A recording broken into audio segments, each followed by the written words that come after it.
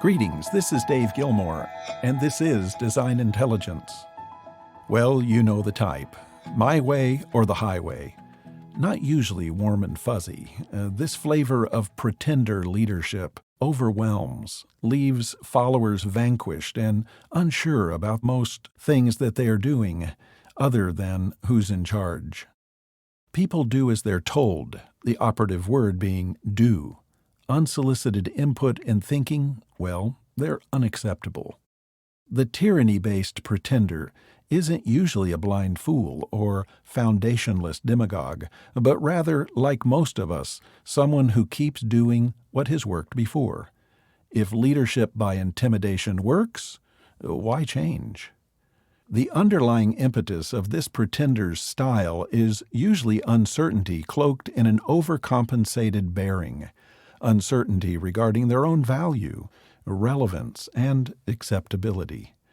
This then translates into a form of professional anger that can spot the speck in everyone else's eye while avoiding the unsettling confrontation with their own inhibiting obstructions. The anger repels others, keeping the uncertain pretender safe from having to deal with themselves.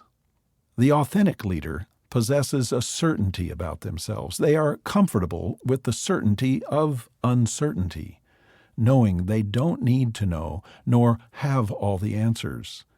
They are certain they need partners to come alongside them to bear the load of decisioning. They are settled about encountering unknowns as long as others are a part of the adventure. Authentic leaders attract rather than repel.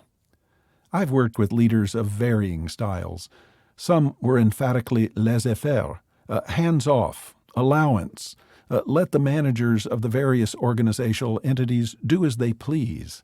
Their mode of leadership was to only react when the proverbial car was on its way over the cliff. Crisis ensued, and they would wake up and show interest in whatever they sensed was now important to know.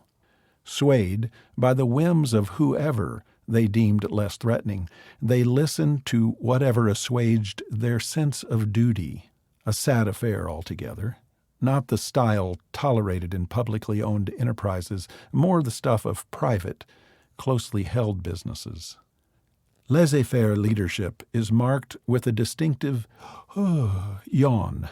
But don't be mistaken that such a posture is not driven by an urgency. Often such leaders react in an extra-tolerant fashion as overcompensation against knee-jerking. They will dumb down a situation to not appear either overwhelmed or clueless. Frankly, sometimes they simply don't know what to do, so they go out for a cup of coffee, hoping the situation will somehow resolve itself. And you know what? Often it does. When things settle down, this style of leadership is reinforced that hands-off posture is the best approach. The danger of laissez-faire leadership is that it literally leaves the ship without a rudder. It offers no clear navigation guidance toward which to sail, no framed parameters for how to conduct the voyage.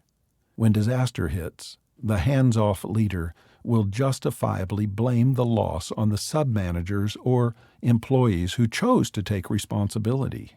When one's hands are off, one's hands are clean. There are far more laissez-faire pretenders in lead roles today than ever before, and they survive simply because they hide behind the radar of responsible leadership.